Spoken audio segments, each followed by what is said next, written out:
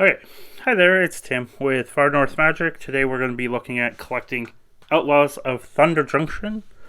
This article came out on March 26th. It's a bit of a late look at it, but hopefully we can clear up some information about where to find some cards to see what packs would be best open or stay away from. And also just to look and see why are some cards being priced the way that they are? And I think a lot of stuff is weird and not greatly priced because it seems like with every set there's been the big push on buy singles. You just get annihilated if you look at buying singles early. And I don't understand the whole push to buy singles. It's basically the whole push should be don't buy anything for 90 days. Or don't bother playing at all at this point. If you're gonna never buy anything type thing, I guess, is, I don't know. You're never gonna be able to time the bottoms, but hopefully you don't get your ass handed to you also most of the time, which I think buying singles early is definitely not great either. Although I might be wrong. We got the set details, key details. So we got 5 expansion symbols with this set. The main set, OTJ, which is the main set. OTC, which is the commander. Your OTP, which is the breaking news. And then the big, which is the extra cards that they were going to turn into an Aftermath set that they jam back in because that was such a failure with Aftermath. And then your special guest. So this is really only 2 extra expansion symbols and then what sets are nowadays, with the bonus sheet being the breaking news cards and then the big. I think the set's going to seem very, very good for the amount of card rares and mythics being dropped in. Although it's going to make a lot of stuff worth nothing or very low. So the OTJ and the big score are standard legal, whereas the cards from the other parts of this product are only legal in the formats that they are, or the Eternal Commander Legacy Vintage type spot. You can't get the commander cards in the play boosters, but you can get cards from the other subsets. So main set info. We have 81 commons, 100 uncommons, 60 rares, 20 mythics. Your 5 basics with 3 different variations, and then some art cards being 54. So that seems very standard-ish set-wise. 65 breaking news cards. So that seems, they put it around 60. I think it was 63 for the retro artifacts and such. So 65 is not a surprise. 20 uncommons, 30 rares, and 15 mythics. Big score. They are all considered mythics. So, and they're going to be on the list. And then you have your 10 special guests as the other 10 cards, making up the 40 cards for the special guests. Your special guests are 1 in 64 boosters, so 1 in 1.56% type level of drop rate, so 1 in basically 2 boxes. But your big score is going to be so much easier to open because the list slot is 1 in 5. So you're going to get 7 a box. So this set's going to have a lot more mythics than a normal set. So this is, I would have thought that they would have done play boosters with a set like this, because you could juice up how many things you got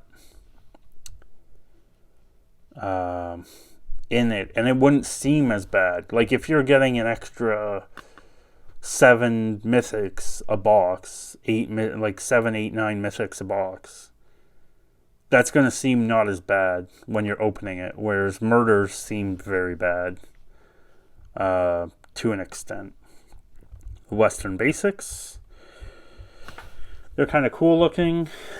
They are actually not super common in play boosters. 1 in 6, and then 1 in 5 of those are going to be foil. So that's pretty hard to get. So like 1 in a box for foil in a play booster. Although they're going to be like 1 in a collector for foil. So they're not going to be worth a ton of money.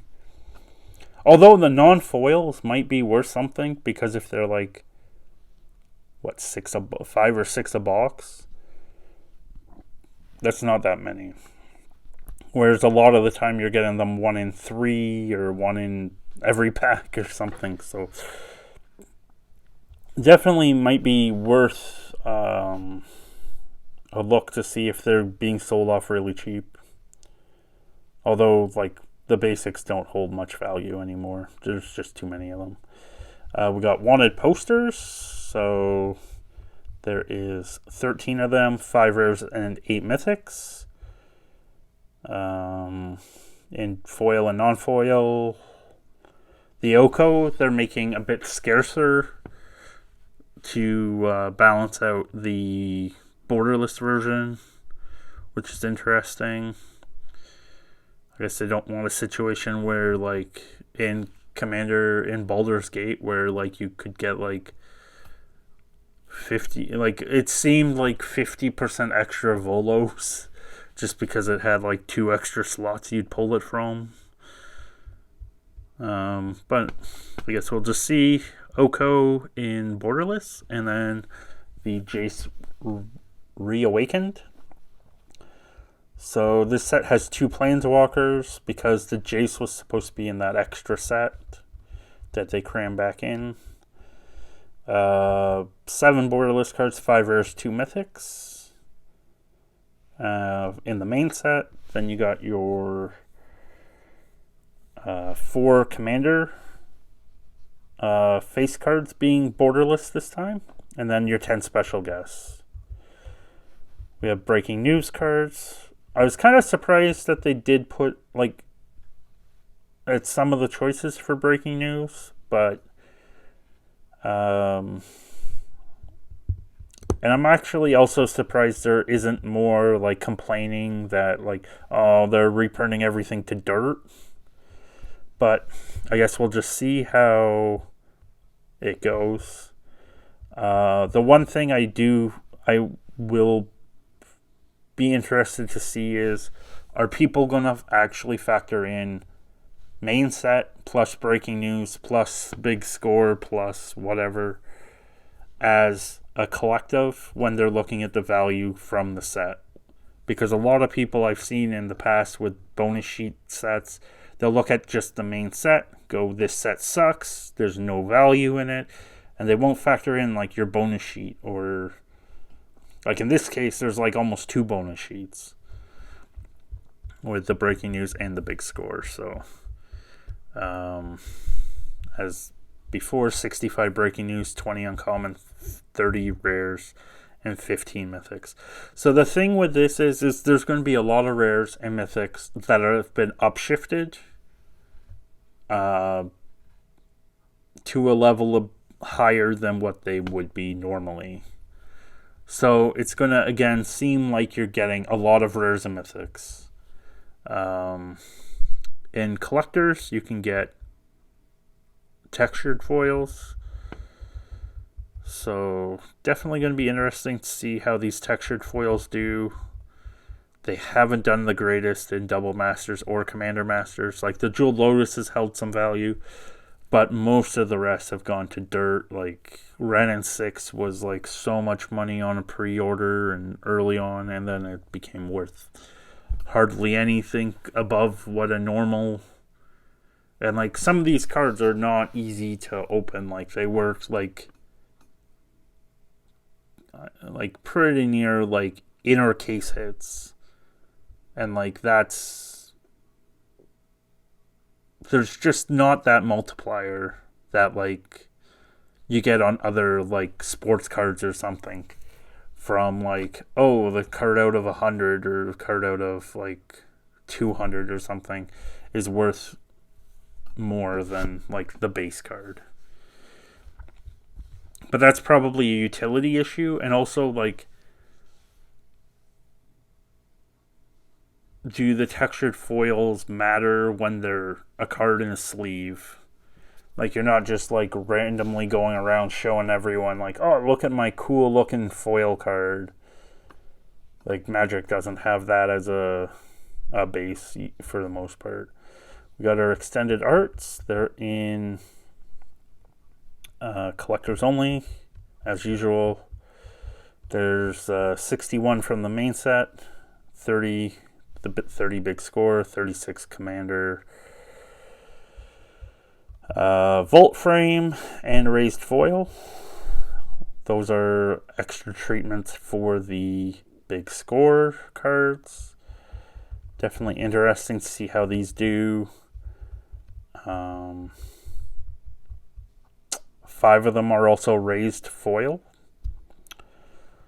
So again, they limited the amount of raised foils and textures. So even if they're pretty hard to get, they're going to show up a little more frequent than you would think, is the thing. Like, because they limited it down to a smaller amount of numbers.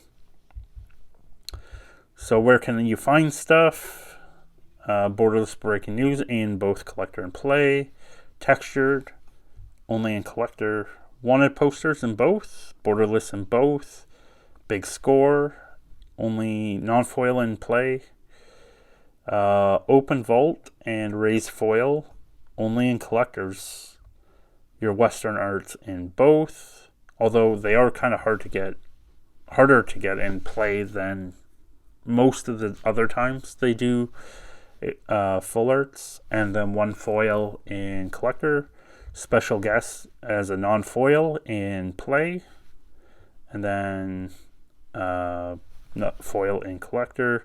They were harder to get than I was thinking they would be in Murders. So I wonder if they're still going to be very hard to get, the special guests. And then extended arts only in collectors. So here's the play booster art for the box. And then the pack breakdown. So you've got 6 commons. 20% of the time you're going to get a list card, which is actually going to be counted as a mythic. So like this set, you're going to get a lot of extra rares and a lot of extra mythics, because you're getting 1 every 5 packs being an extra mythic.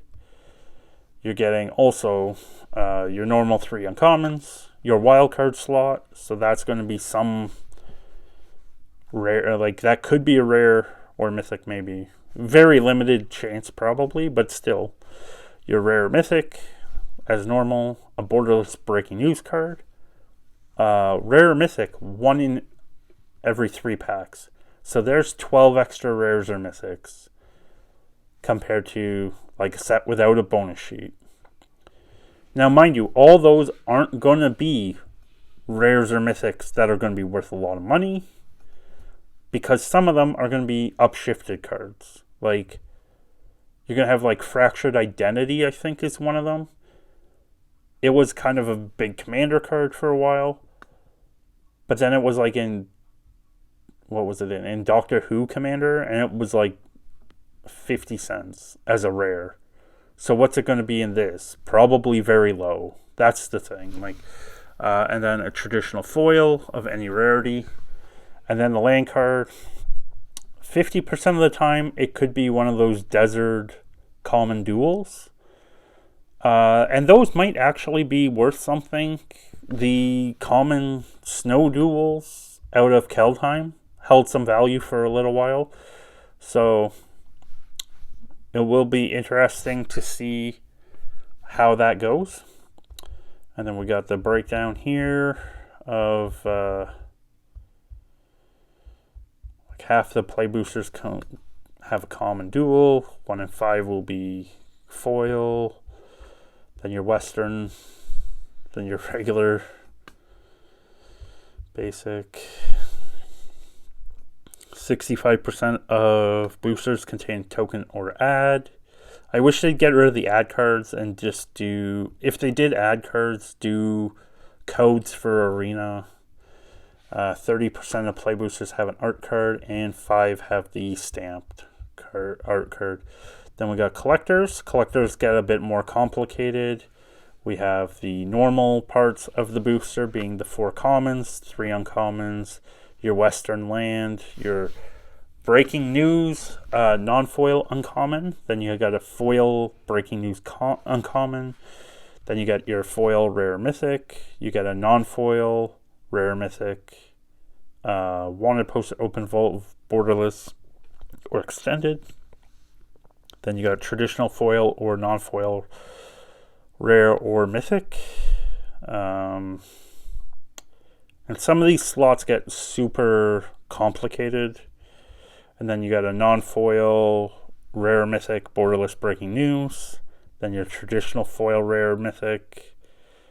Alternative frame card. The special guest mythic rare textured. Breaking news mythic rare foil raised. And then your double-sided token. So, yeah, so here we go. And they have quite... Some of these slots get very complicated, like this traditional foil booster fun rare mythic. The special guest or textured foil or breaking news or raised foil mythic. So then you get like a big breakdown of like multiple different percentages, and then like 42% it's a breaking regular main set, and then 29% it's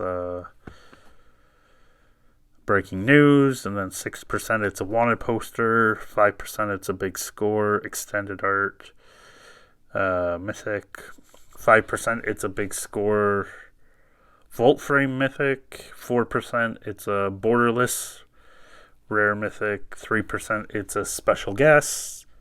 So special guests are going to be pretty hard to get again, like less than one per box, and then 1% for textured foil.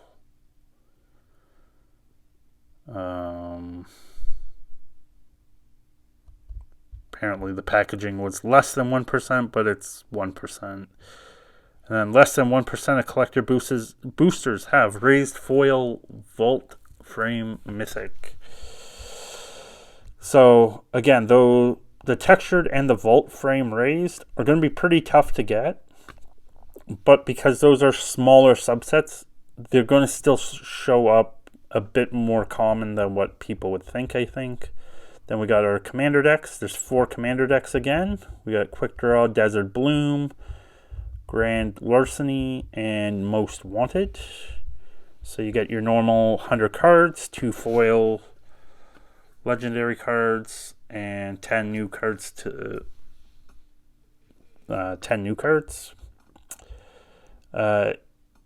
Each face legend of the commander decks is traditional foil borderless, so that's different than usual. Your normal stuff there. I like the packaging for this bundle. It's kind of cool, the belt buckle thing. You get 9 boosters. The bundle promo, 15 basics, including 5 westerns in traditional foil and non-foil, oversized spin down. That spin down might be a cool spin down. And then your box.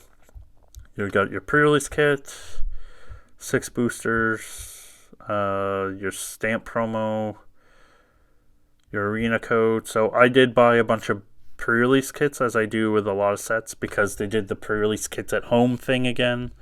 So that gets me some boosters loose and then some pre-release kits. So I'll be opening pre-release kits for this set and giving away the arena codes again, and then spin down and deck box. So definitely interesting. Some things that I also wanted to look at are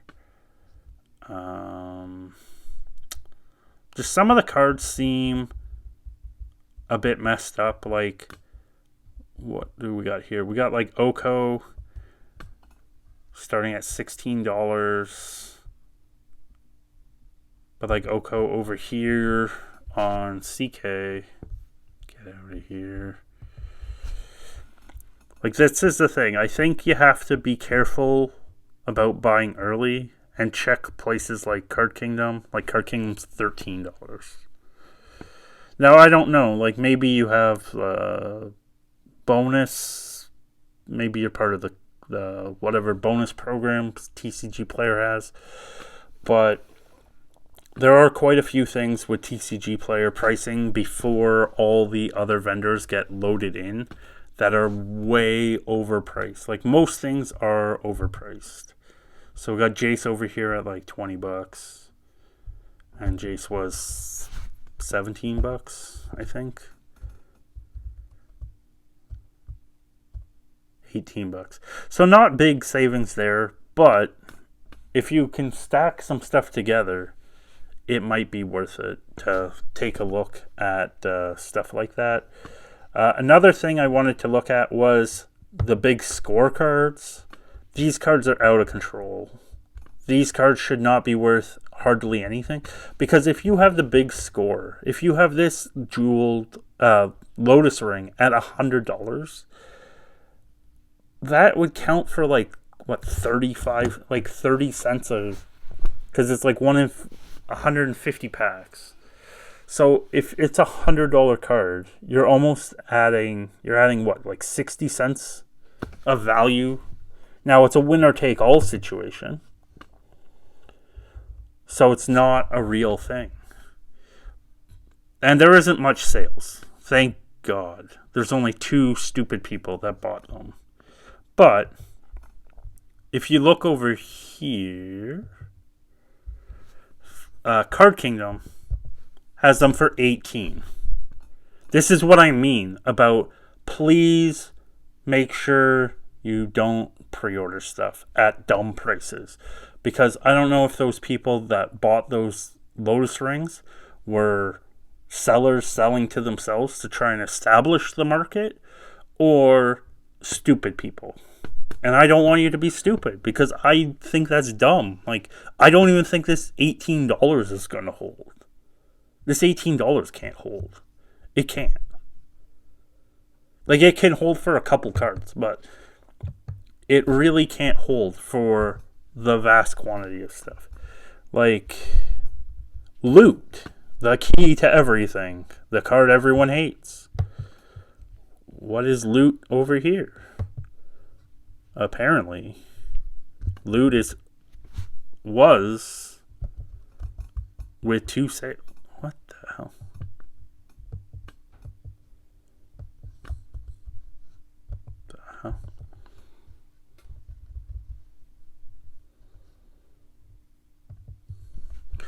Like, I don't know. I don't understand how the listings are so much. Like, it's just too much. Like, $48 and even this $18 for a light play copy. It's $8 over here. Like, $8 is probably too much. But yikes. The other thing I wanted to look at for sure was these commander cards. These commander cards are way too much. Like, this is stupid. Whoever bought these is stupid. Like, I am thankful that there's only 3 sales. But please do not buy these. They are in every booster. They are in they are in all the decks. Why? Why are these so much? And then, like, over here, 149. Like, 8 left. Come on, go to. And I don't even think it will hold that. I think it will hold $1. Like, that is so stupid. And the Gonti and all them sold out. So that's why I was looking at the Yuma Pro Protector, because it's not sold out. So, but like, holy cow, like, this is dumb. Like, why is this $18? Who is buying? Like, there's at least only 3 sales, but please do not buy these. Please do not overpay. But all the listings are $18. Like, why are the listings so much? Am I missing something? Are these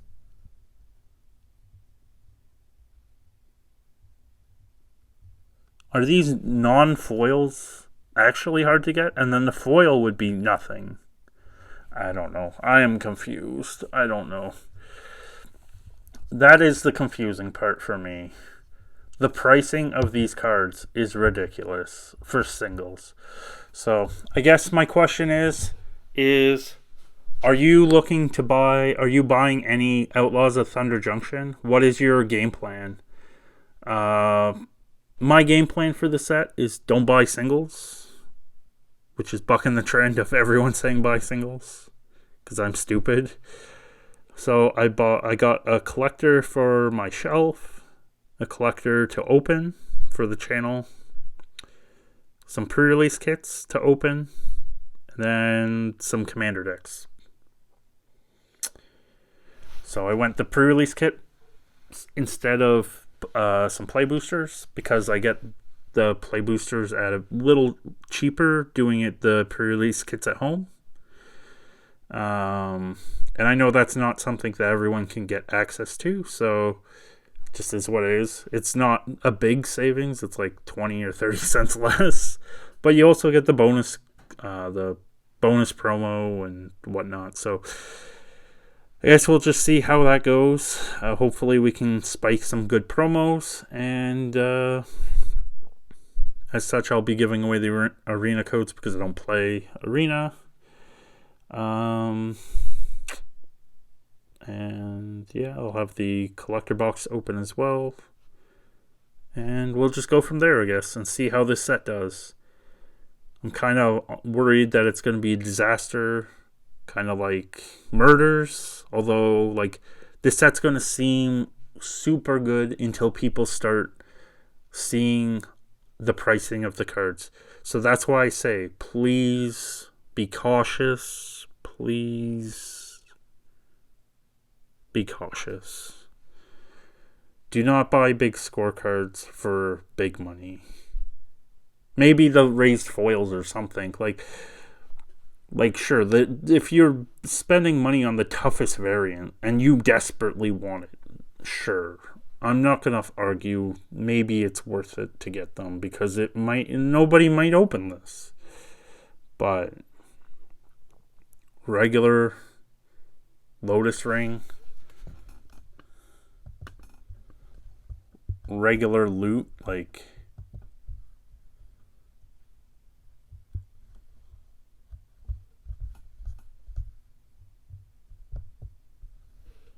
I don't know.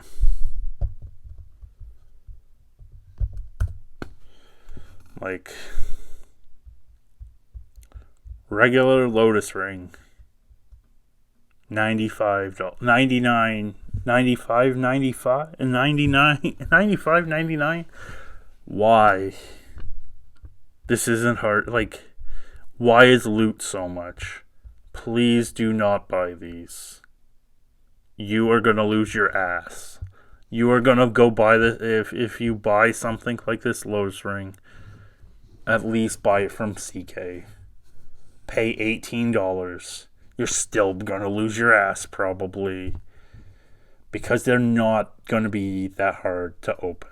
They're 1 in every 5 packs, roughly. You're gonna get see them 1 every 4 boxes. They're not gonna hold a lot of value. And when everyone's going to be opening like play boosters with like 18 mythics or something in it, it's not going to seem that special, I don't think. That's the only thing. There's going to be so many extra rares and mythics in this. People are going to be kind of think they're going to get super ahead. They're going to be like, we're going to be seeing some super awesome boxes on this pre-order, pre-opening before release. You're going to see some boxes that get play boosters, $500, $700, $800 play boosters probably. They will not be that when you get them. They will not be that. They will not hold that price.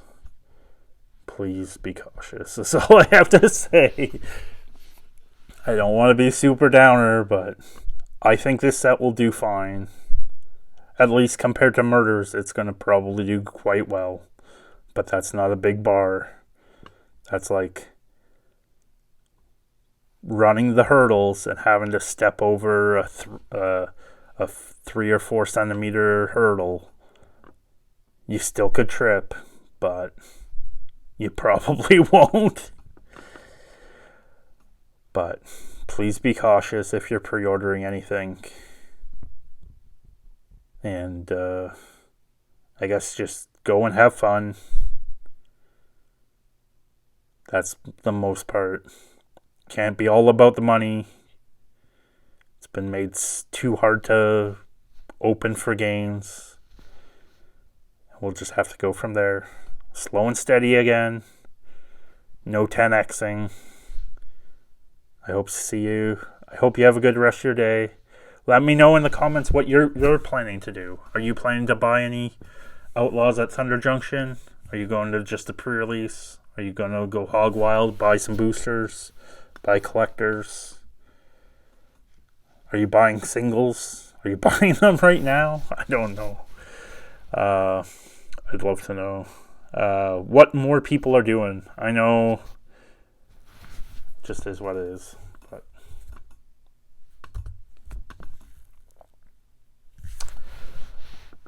thanks again for watching. I hope you have a good rest of your day. Take care. I hope to see you next time. Bye.